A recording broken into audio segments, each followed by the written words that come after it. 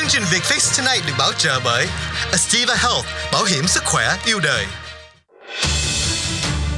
Đây là chương trình Việt Fix Tonight với anh Dũng, Thanh Thảo và Tyler Diệp. Kính chào toàn thể quý khán giả, mời quý vị đến với chương trình Việt Face Tonight. Chúng tôi trân trọng kính mời quý vị cùng bước vào bản tin buổi tối hôm nay, ngày thứ Hai, 30 tháng 8 năm 2021. Và sau đây là những bản tin của chúng tôi trong chương trình đêm nay. Bắt đầu với tin là nhóm binh sĩ Hoa Kỳ cuối cùng cũng đã rời khỏi Afghanistan, kết thúc cuộc chiến gần 20 năm. FBI cho biết tội ác căm thù người châu Á và người da đen tăng mạnh tại Hoa Kỳ. Liên hiệp châu Âu khuyến nghị tạm dừng các chuyến du lịch không cần thiết từ Mỹ. Vaccine không hiệu quả để ngăn ngừa các trường hợp nhập viện tại Hoa Kỳ. Robinhood giảm giá sau khi Chủ tịch SEC nói rằng việc cấm thanh toán có thể sẽ xảy ra. Trung Quốc cấm trẻ em chơi trò chơi điện tử trực tuyến quá 3 tiếng mỗi tuần. 11.000 người tử vong trong 4 tháng, Thủ tướng Việt Nam xác định sống chung với đại dịch. CDC nói rằng dữ liệu để đánh giá liều tăng cường của COVID cho đại chúng khá hạn chế. Và chính quyền mở cuộc điều tra dân sự đối với các tiểu bang cấm buộc học sinh đeo khẩu trang. Và thưa quý vị, bản tin trong ngày hôm nay sẽ được mở đầu bởi anh Dũng. Vâng, thưa quý vị, những binh lính Hoa Kỳ cuối cùng đã rời khỏi Afghanistan sau gần 20 năm với sự hiện diện của Hoa Kỳ tại đây. Cuộc không vận lịch sử đã kết thúc bằng một cuộc khởi hành khi những chiến sĩ cuối cùng đã lên chiếc phi cơ quân sự để ra khỏi Afghanistan. Một chiếc máy bay quân sự Hoa Kỳ đã chở những người lính cuối cùng rời khỏi Afghanistan vào tối ngày thứ Hai. Nó tương đương với khoảng 3 giờ 29 phút giờ miền Đông Hoa Kỳ, tức là vào lúc 11 giờ 39 phút ngày 30 tháng 8 năm 2021 tại Afghanistan. Tức là sau khi đã chuyển, có thể là 1 phút nữa sau đó là chuyển sang ngày 31. Bất chấp những bảo đảm ngược lại của Tổng thống Joe Biden và các quan chức chính quyền hàng đầu khác, người Mỹ và các đồng minh Afghanistan có thể vẫn còn sót lại ở phía sau, mặc dù Bộ Ngoại giao không thể cung cấp được số lượng chính xác cho việc này. Trước đó vào ngày thứ Hai, thì Hoa Kỳ cho biết là họ đang làm việc để có thể hỗ trợ hàng trăm người Mỹ vẫn còn kẹt lại tại Afghanistan. Các nhóm vận động cho biết là có đến 60.000 thông dịch viên, tài xế người Afghanistan và những người khác đã hỗ trợ cho lực lượng quân đội Hoa Kỳ, cũng như là các cơ quan CIA, cũng như là các nhân viên ngoại giao Hoa Kỳ trong những năm qua, cùng với gia đình của họ vẫn còn ở lại nước này và có nguy cơ bị Taliban trả thù. Chuyến bay của các quân nhân Hoa Kỳ khởi hành từ sân bay quốc tế Hamid Karzai vào lúc 3 giờ 29 phút chiều theo giờ miền Đông Hoa Kỳ như chúng tôi đã thưa. Tổng thống George W. Bush đã phát động cuộc chiến đầu tiên của thế kỷ 21 nhằm lật đổ chế độ Taliban, là chính quyền đã chứa chấp những kẻ khủng bố Al-Qaeda vào thời gian năm 2001 đã lên kế hoạch để thực hiện các cuộc tấn công khủng bố trên đất Mỹ. Cuộc chiến đã tiếp tục kéo dài qua các đời Tổng thống Barack Obama và Donald Trump, và cả hai vị Tổng thống này đều đã cố gắng nhưng không thể kết thúc. Đối với Tổng thống Joe Biden, việc Hoa Kỳ chấm dứt can dự vào Afghanistan là một lời hứa chính yếu diễn ra trong chiến dịch tranh cử của ông ấy vào năm 2020 và là một lập trường đã từng được các cử tri Hoa Kỳ ủng hộ một cách rộng rãi. Tuy nhiên, những cuộc rút lui hỗn loạn đã gây ra cuộc khủng hoảng chính sách đối ngoại lớn nhất trong nhiệm kỳ Tổng thống còn non trẻ của Tổng thống Joe Biden, đã khiến cho cái số tín nhiệm của ông đã xuống một cách tối đa, và quyết định rút lui cũng như việc lập kế hoạch thực hiện hoạt động này nó gây ra một số các cái cuộc hỗn loạn và làm cho giới báo chí cũng như là dư luận quốc tế cũng đã xem đây là một sự thất bại của chính quyền Tổng thống Joe Biden. Các nhà ngoại giao Hoa Kỳ cuối cùng còn ở lại Kabul cũng đã rời đi vào ngày thứ Hai. Theo một số các viên chức Hoa Kỳ, họ đã bay đến Kuwait và sau đó đã được bay về Hoa Kỳ. Sự ra đi của họ đã đánh dấu kết thúc của phái bộ ngoại giao Hoa Kỳ tại Afghanistan, bất chấp nhiều tháng với lời xác nhận bảo đảm từ Tòa Bạch Ốc và Bộ Ngoại giao là Hoa Kỳ sẽ duy trì sự hiện diện ngoại giao ở Afghanistan sau khi quân đội đã rút lui đi hết. Bản tin kế tiếp liên quan đến việc là cơ quan điều tra liên bang FBI cho biết rằng số tội ác căm thù để nhắm vào người châu Á, gốc Á và người da đen đã tăng mạnh tại Hoa Kỳ trong năm 2020. Theo dữ liệu mới nhất được công bố vào ngày thứ Hai 30 tháng 8 năm 2021 của FBI, thì số lượng các tội ác thù hận được báo cáo trên toàn quốc Hoa Kỳ chống lại người châu Á và người da đen đã tăng mạnh trong năm 2020. FBI cho biết tội ác căm thù nhắm vào người gốc Á tăng 70% vào năm ngoái so với số vụ như vậy của năm 2019. Sự gia tăng đó trùng hợp với sự bùng phát của đại dịch COVID-19 tại Mỹ, mà một số người phân biệt chủng tộc đã đổ lỗi vô cớ cho người Mỹ gốc Á vì nguồn gốc của coronavirus tại Trung Quốc. Những lời công kích chính phủ Trung Quốc mạnh mẽ của cựu Tổng thống Donald Trump và các đồng minh của ông ta để góp phần vào tình cảm chống người Mỹ gốc Á. Tuy nhiên, số vụ tấn công thực tế nhắm vào người gốc Á trong năm ngoái là tương đối nhỏ, với 274 vụ so với số vụ nhắm vào người da đen. Theo FBI, năm 2020 có 2.755 sự việc nhắm vào người Mỹ gốc Phi hoặc da đen, tăng gần 40% so với năm trước đó, khiến họ trở thành nhóm chủng tộc bị nhắm mục tiêu nhiều nhất. Nhìn chung, tại Mỹ, tội ác thù hận đã tăng 6%. Cơ quan FBI coi các sự việc hình sự là tội ác thù hận nếu như chúng được thúc đẩy bởi thành kiến về chủng tộc, dân tộc, tổ tiên, tôn giáo, khuynh hướng tình dục, khuyết tật, giới tính và bản dạng giới. Tổng thống Joe Biden hồi tháng 4 năm nay đã ký đạo luật chống tội ác căm thù COVID-19, được thông qua đặc biệt để giải quyết sự gia tăng tội phạm chống người Mỹ gốc Á, được nhìn thấy trong đại dịch COVID-19. Luật chỉ đạo Bộ Tư pháp xúc tiến việc rà soát các tội ác thù hận liên quan đến đại dịch và nâng cao nhận thức về chống tội phạm châu Á. Đạo luật được ký một tháng sau khi có 6 phụ nữ gốc Á bị giết cùng với 2 người khác trong một vụ xả súng tại 2 spa ở khu vực Atlanta.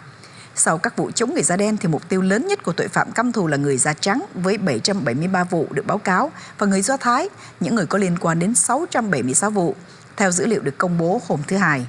Các sự việc liên quan đến nạn nhân là đồng tính nam và loại tội phạm thù hận được báo cáo phổ biến thứ Tư. Dữ liệu dựa trên các bản báo cáo được gửi bởi hơn 15.000 cơ quan hành pháp trên toàn quốc. Phần lớn các tội ác thù hận, hơn 53%, liên quan đến việc đe dọa nạn nhân, trong khi gần 46% là các vụ hành hung đơn giản hoặc là nặng hơn. Và tổng cộng có 22 vụ giết người được báo cáo là tội ác thù hận. Cũng trong ngày hôm nay, thưa quý vị, thì Liên hiệp Âu Châu chính thức bỏ phiếu để mà khuyến khích các thành viên trong khối này nên tái tục lại cái việc cấm không cho những chuyến du lịch không cần thiết từ Mỹ sang Âu Châu, vì hiện nay tình hình lây nhiễm COVID-19 ở Mỹ đang ở trong cái đà mà gọi là đáng quan tâm. Theo những cái tiêu chuẩn của Liên hiệp Âu Châu đã đưa ra từ trước, thì Hoa Kỳ hiện nay không còn đủ cái mức an toàn để nằm trong danh sách nó gọi là safety list nữa, vì muốn được trong danh sách an toàn theo tiêu chuẩn của Liên hiệp Âu Châu thì một quốc gia đó không thể nào có hơn 75 trường hợp nhiễm COVID cứ tính trên đầu người của 100.000. Và trong 2 tuần vừa qua thì cái tỷ lệ lây nhiễm COVID-19 ở tại Mỹ nó đã quá cái con số 75 người trên mỗi 100.000 này. Đây chỉ là lời khuyến khích của khối Liên hiệp Âu Châu mà thôi. Quyết định cuối cùng cũng còn tùy theo các thành viên trong khối. Ví dụ như Pháp có thể đi theo cái lời hướng dẫn này, nhưng Tây Ban Nha hay là nước Ý có thể là không có tuân thủ theo cái lời khuyến khích từ Liên hiệp Âu Châu. Nhưng đây cũng là một cách để cho Liên Âu đáp lại rằng là tại vì tới thời điểm hiện tại Hoa Kỳ vẫn không cho các du khách từ Âu Châu bay sang qua Mỹ trừ khi họ có những cái lý do thiết yếu, nó gọi là essential travel. Còn ngoài ra, vấn đề du lịch thì cửa ải của Mỹ vẫn hoàn toàn đóng với những du lịch khách du lịch từ Âu Châu. Trong những ngày này thì Hoa Kỳ đang phải trực tiếp đối mặt với sự gia tăng của COVID-19 vào mùa hè khi biến thể Delta dễ lây lan hơn. Hơn 637.000 người Mỹ đã thiệt mạng vì COVID-19, trong khi hơn 4,5 triệu người trên toàn thế giới đã vì căn bệnh này mà qua đời. Đây là dữ liệu do Trung tâm Khoa học và Kỹ thuật Hệ thống tại Đại học Johns Hopkins tổng hợp trong những ngày vừa qua. Theo dữ liệu của Trung tâm Kiểm soát và Phòng ngừa Dịch bệnh thì chỉ có 61.2% người Mỹ từ 12 tuổi trở lên được chích ngừa đầy đủ để chống lại COVID-19. Hiện nay thì tình hình tại Florida đang trầm trọng. Các bác sĩ ở tại đây đã cầu xin mọi người nên chích ngừa vaccine khi các bệnh viện đang lấp đầy công suất của nó. Các bác sĩ từ Lee Health Facilities, một hệ thống chăm sóc sức khỏe tại Florida, bao gồm có một hệ thống 4 bệnh viện chăm sóc cấp tính và 2 bệnh viện chuyên khoa, đang cầu xin người dân ở tiểu bang này cần chích ngừa vì giường bệnh hiện nay không còn chỗ. Các bệnh nhân hiện nay đang chờ giường phải nằm ở hành lang và các tủ chứa quần áo, và các bác sĩ đã thông báo trong một cuộc họp báo vào ngày thứ Hai. Bệnh viện Lee Memorial ở Fort Myers, Florida đã tiếp nhận 92 trường hợp bệnh nhân COVID-19 chỉ nổi trong một ngày Chủ nhật và 8 đến 12 bệnh nhân trong hệ thống y tế đang qua đời mỗi ngày. Tiến sĩ Larry Antonucci là giám đốc điều hành của Lee Health Center nói với các phóng viên là cho biết các trường hợp tử vong là không cần thiết. Tuy nhiên, vì lực lượng y tế có giới hạn và số giường nằm cấp cứu bị giới hạn và bị quá tải, do đó mà số lượng người này đành phải chịu chấp nhận phải thiệt mạng. Đó là một cái việc không cần thiết. Trong khi đó thì tiến sĩ Timothy Dugarty là giám đốc y tế quản lý trường hợp khẩn cấp cho biết là gần 50% số người đến khoa cấp cứu của hệ thống bệnh viện đang tìm cách điều trị các vấn đề liên quan đến COVID-19. Và ông nói rằng đây là một con số quả thật điên rồ. Không có căn bệnh nào khác đòi hỏi những nguồn lực này. Tất cả những cái điều này thật là quá đáng vào cái thời gian này. Trong khi đó, thưa quý vị, thì với những tuyên bố của mình thì tiến sĩ Anthony Fauci trong ngày hôm qua cũng đã lên tiếng và cho biết nếu từ đây cho đến cuối năm mà những tình hình này không giảm bớt khi mà biến thể Delta vẫn tiếp tục hoành hành như tốc độ hiện nay, từ đây đến cuối năm thì Hoa Kỳ có thể sẽ ghi nhận thêm 100.000 trường hợp tử vong đến tháng 12. Và đây là một điều mà dĩ nhiên là không ai mong muốn. Trong khi đó thì ông cũng nói rằng ông ủng hộ với ý kiến là cần bắt buộc tất cả các học sinh khi trở lại trường học cần phải được chích ngừa. Hiện nay thì FDA cũng như CDC đang tổng hợp những số liệu, những cái thực nghiệm lâm sàng để có thể đưa đến cái việc là chuẩn thuận các loại vaccine để chích ngừa cho các trẻ em dưới 12 tuổi. Và ông Anthony Fauci thì nói rằng ông ủng hộ việc chích ngừa bắt buộc đối với các học sinh khi các em trở lại trường học. Vì điều này Hoa Kỳ đã từng làm trong vài thập niên vừa qua đối với các căn bệnh khác, là bắt buộc mỗi học sinh khi đi nhập học đều phải bắt buộc chích ngừa một số cái căn bệnh chủ yếu khi đến trường học. Thì cái việc chích ngừa cho COVID-19 cũng là một điều cần nên làm tương tự trong thời gian sắp tới sau khi các loại vaccine được chuẩn thuận cho trẻ em. Cái đến là một bản tin liên quan đến công ty Robinhood, thưa quý vị. Cổ phiếu của công ty này đã giảm giá sau khi chủ tịch của SEC nói rằng việc cấm thanh toán có thể sẽ xảy ra đối với cái công ty này. Cổ phiếu Robinhood đã giảm 7% hôm thứ Hai trong bối cảnh là một số tin xấu cho ứng dụng môi giới này. Điều này đã xảy ra sau khi Chủ tịch của Ủy ban Chứng khoán và Giao dịch Hoa Kỳ, tức là SEC, ông Gary Gensler nói với tạp chí Barron's rằng việc cấm thực hành thanh toán gây tranh cãi cho những lệnh mua bán có thể sẽ được tiến hành. Ông Gensler đã nói với các cửa hàng thanh toán rằng công ty môi giới thanh toán nhận được lệnh để hướng các giao dịch của khách hàng đến những nhà tạo lập thị trường, tức là market maker. Và điều này có xung đột lớn về lợi ích cố hữu. Thanh toán cho dòng đặt hàng hoặc là trả tiền cho những dòng đặt hàng là một trong những nguồn doanh thu lớn nhất của Robinhood và là cách ứng dụng giao dịch chứng khoán này có thể cung cấp giao dịch không cần hoa hồng. Luồng thanh toán theo đơn đặt hàng là một thực tiễn gây tranh cãi đã thu hút được sự chú ý từ cơ quan quản lý ngành tài chính và cả Main Street. Sau đợt giảm giá ngắn hạn khủng khiếp đối với cổ phiếu của GameStop hồi tháng Giêng năm nay khiến cho Robinhood phải hạn chế giao dịch trên một số chứng khoán nhất định, thì giám đốc Vlad Tenev của Robinhood đã bị buộc phải điều trần trước Ủy ban Dịch vụ Tài chính Hạ viện Hoa Kỳ hồi tháng 2 năm nay. Các nhà lập pháp đã chỉ trích việc thanh toán vì mâu thuẫn mà họ có với các nhà tạo lập thị trường như là công ty chứng khoán Citadel.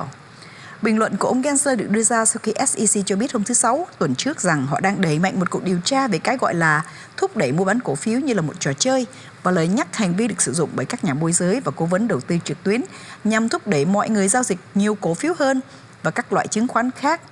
Robinhood đã niêm yết trên sàn Nasdaq hồi tháng trước và đánh vào thị trường công khai mà họ đã từng tìm cách dân chủ hóa cho các nhà đầu tư lẻ. Thưa quý vị, trong ngày hôm nay, chính phủ của Trung Quốc lại đưa ra những giới hạn mới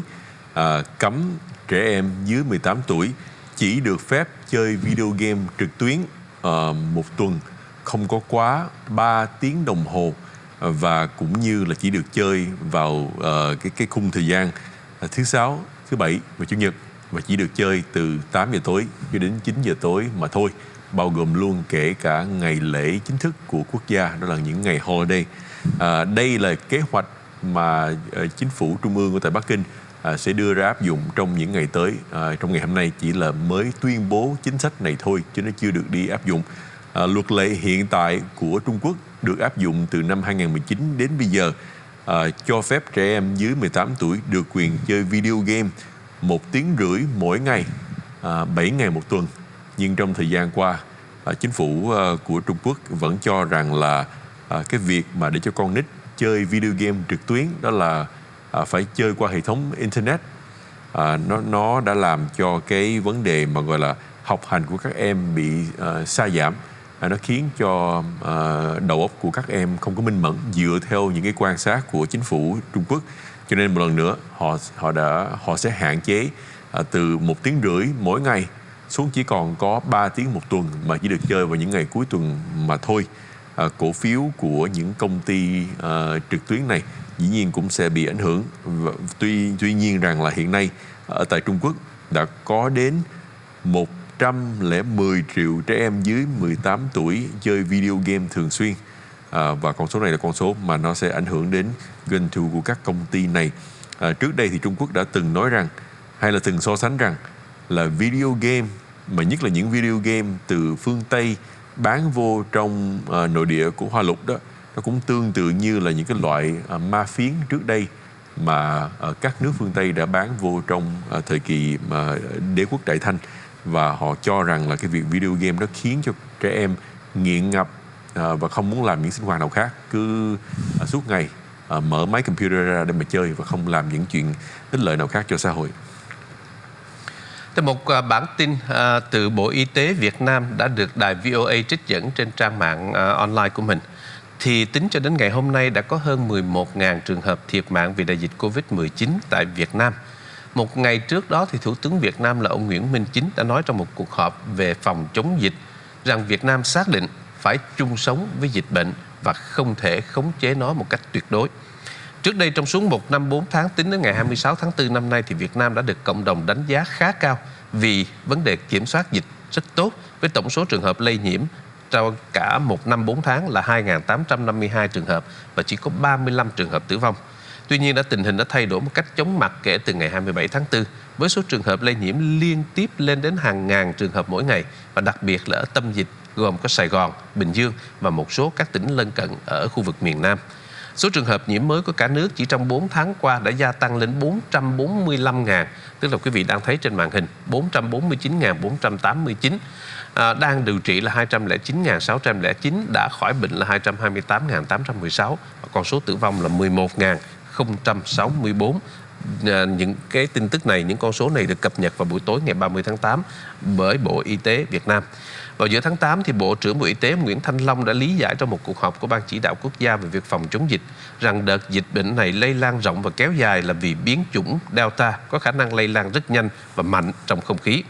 Hiện nay, một trong những cái biện pháp hàng đầu trong các nỗ lực của Việt Nam nhằm kiểm soát bệnh là việc chính quyền nhiều tỉnh thành đã áp dụng các quy định giãn cách xã hội ngày càng khắt khe hơn, đặc biệt là ở tại tâm dịch ở Sài Gòn và các tỉnh lân cận. Riêng Sài Gòn thì đã có hàng chục ngàn quân nhân được triển khai từ ngày 23 tháng 8 để tăng cường cho công tác phòng chống dịch. Tuy nhiên, các dữ liệu cho thấy là tình hình chung vẫn đi theo chiều hướng trở nên tệ hơn. Từ 1 tháng 8 cho đến 10 tháng 8 thì số trường hợp nhiễm hàng ngày thường xuyên quay xanh con số 8.000, và trong 10 ngày tiếp theo đó thì con số này trung bình là 9.000, và rồi kể từ 21 tháng 8, số trường hợp nhiễm mới luôn luôn cao hơn 10.000 mỗi ngày. Trong đó có ngày cao kỷ lục là ngày 27 tháng 8 với 17.407 trường hợp đã được ghi nhận là dương tính với Covid-19. Hiện nay thì tất cả theo quan sát của đài VOA, nhiều người dân đã bày tỏ quan điểm rằng chỉ còn đặt hy vọng vào việc làm sao để chích ngừa vaccine cho một tỷ lệ lớn trong dân số để có thấy được ánh sáng cuối đường hầm.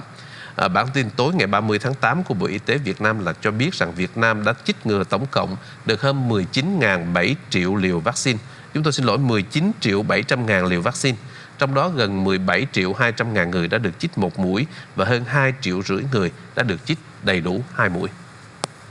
Cũng liên quan đến thuốc chích ngừa Covid-19, thưa quý vị, trở sang Hoa Kỳ thì cơ quan CDC nói rằng dữ liệu để đánh giá liều tăng cường Covid-19, tức là liều chích thứ 3 cho đại chúng khá hạn chế. Và một bài thuyết trình mới của CDC hôm thứ Hai đã cho biết là dữ liệu cần thiết để đánh giá đúng cách những mũi tiêm vaccine Covid-19 tăng cường cho đại chúng hiện còn hạn chế, ngay cả khi Tổng thống Hoa Kỳ Joe Biden gây áp lực cho các giới chức y tế để họ ủng hộ các mũi tiêm thêm này nhằm phân phối rộng rãi vào đầu tuần 20 tháng 9 sắp tới đây. Tại cuộc họp nhóm cố vấn của Trung tâm Kiểm soát và Phòng ngừa Dịch bệnh Hoa Kỳ, tức là CDC hôm thứ Hai, ban hội thẩm có thể xác nhận một cách hạn chế về các mũi tiêm bổ sung cho các nhóm dễ bị tổn thương và nhân viên chăm sóc sức khỏe. Một số nghiên cứu cho thấy vaccine COVID được ủy quyền vẫn có hiệu quả trong việc ngăn ngừa bệnh nặng và nhập viện, nhưng có thể sẽ kém hiệu quả hơn trong việc ngăn ngừa nhiễm trùng hoặc bệnh có triệu chứng nhẹ, theo lời của tiến sĩ Sarah Oliver làm việc cho CDC. Ủy ban cố vấn của CDC về thực hành tiêm chủng sẽ họp ngày thứ Hai để xem xét những mũi tiêm bổ sung cho tất cả những người Mỹ đủ điều kiện. Họ cũng dự trù sẽ biểu quyết về việc phê chuẩn cuối cùng của Cục Quản lý Thực phẩm và Dược phẩm Hoa Kỳ, tức là FDA, đối với thuốc chích ngừa Pfizer. Kể từ khi biến thể Delta rất dễ lây lan lần đầu tiên xuất hiện, thì hiệu quả của vaccine đã dao động trong khoảng 39% cho đến 84%, theo phần trình bày ngày hôm nay của CDC. Một nghiên cứu xem xét các nhân viên chăm sóc sức khỏe và những người phản ứng đầu tiên cho thấy hiệu quả tổng thể của vaccine đã giảm xuống còn khoảng 65% vào tháng 7, giảm từ khoảng 90% của tháng 2. Dữ liệu của Do Thái, tức là Israel, cho thấy hiệu quả của thuốc chích ngừa Pfizer giảm xuống còn 39% ở quốc gia đó. Các khoa học gia cho biết rằng hiệu quả của vaccine sẽ giảm dần theo thời gian và biến thể Delta là một chủng khó trị hơn, có thể phá vỡ sự bảo vệ của thuốc chích ngừa. CDC lưu ý rằng không hiếm trường hợp thuốc chích ngừa tăng cường cần nhiều liều thuốc hơn, chẳng hạn như là vaccine phòng bệnh viêm gan B và HPV thì cần đến liều thứ 3 sau 6 tháng. Tuy vậy, CDC nhấn mạnh việc tiêm chủng cho những người chưa chích ngừa phải là ưu tiên hàng đầu. Việc bổ sung các liều tiêm cho những người đã được tiêm chủng sẽ không ngăn cản được sự tiếp cận của những người vẫn chưa được bảo vệ. Và cơ quan CDC cũng nhấn mạnh tầm quan trọng của sự sẵn có của thuốc chích ngừa trên toàn cầu để những người nào chưa chích hãy mau đi chích. Và thưa quý vị, cũng trong ngày hôm nay,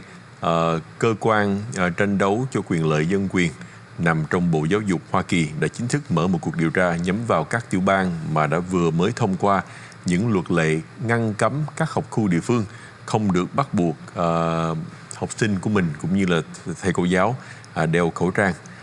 Bộ Giáo dục dựa theo lý do như sau cho biết rằng là những tiểu bang như là Iowa, Oklahoma, South Carolina, Tennessee và Utah khi mà đã thông qua những luật lệ cấm các học khu địa phương không được quy định rằng là đeo khẩu trang đó, thì nó sẽ khiến cho các học sinh mà có những cái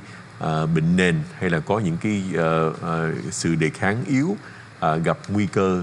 bệnh nặng hay là tử vong nhiều hơn. Vì vậy coi như là cũng là một cách là để discriminate hay là phân biệt đối xử với các học sinh đó. Đây cũng là một cách của chính quyền Tổng thống Joe Biden muốn rằng là các tiểu bang thông qua những luật này phải cân nhắc lại cái việc là tại sao mà phải cấm các học khu địa phương, đưa ra những lệnh bắt buộc là học sinh, thầy giáo viên không được đeo khẩu trang hay là không được đeo khẩu trang khi mà họ đi lại vào mùa học của năm nay.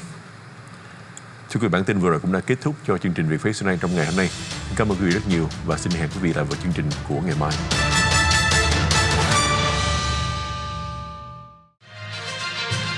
Chương trình Việt Face Tonight được bảo trợ bởi Astiva Health, bảo hiểm sức khỏe yêu đời.